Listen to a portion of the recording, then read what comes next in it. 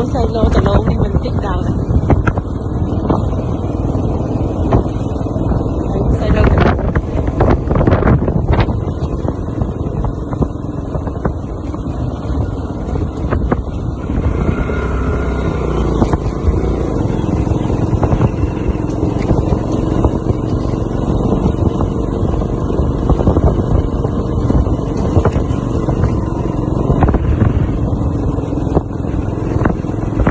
ទៀត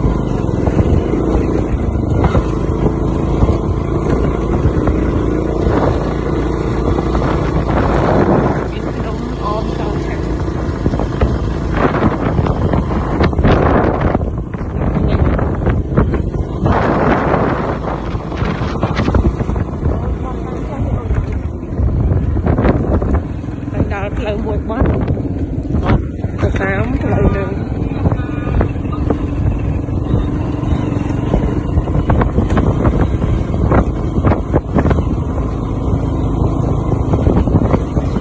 បាត់ឆ្វេងដៃ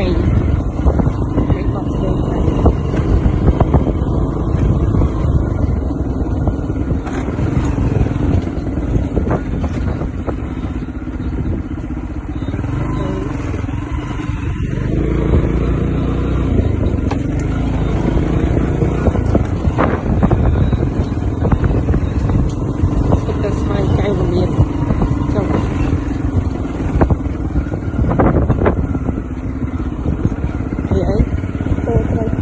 ก็ไม่รู้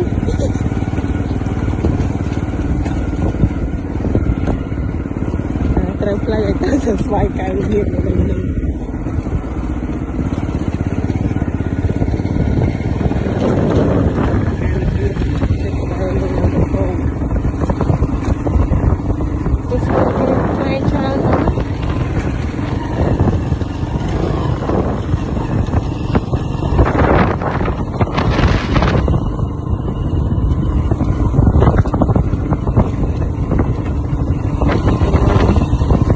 là không năm bay lên rồi cô kìa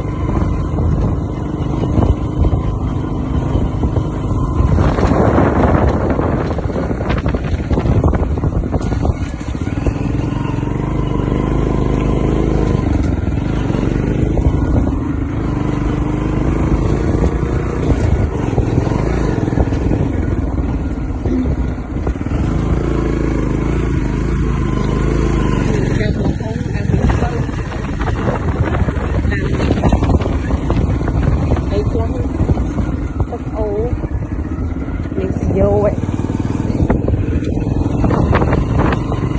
ôi cái đó ấy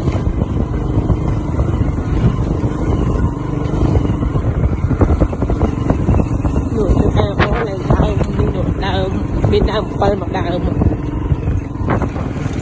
đó hơi như đầm đô đầm xoài đi đó ơi đi sử dụng tất cả đó hơi đang mấy cái ca này hả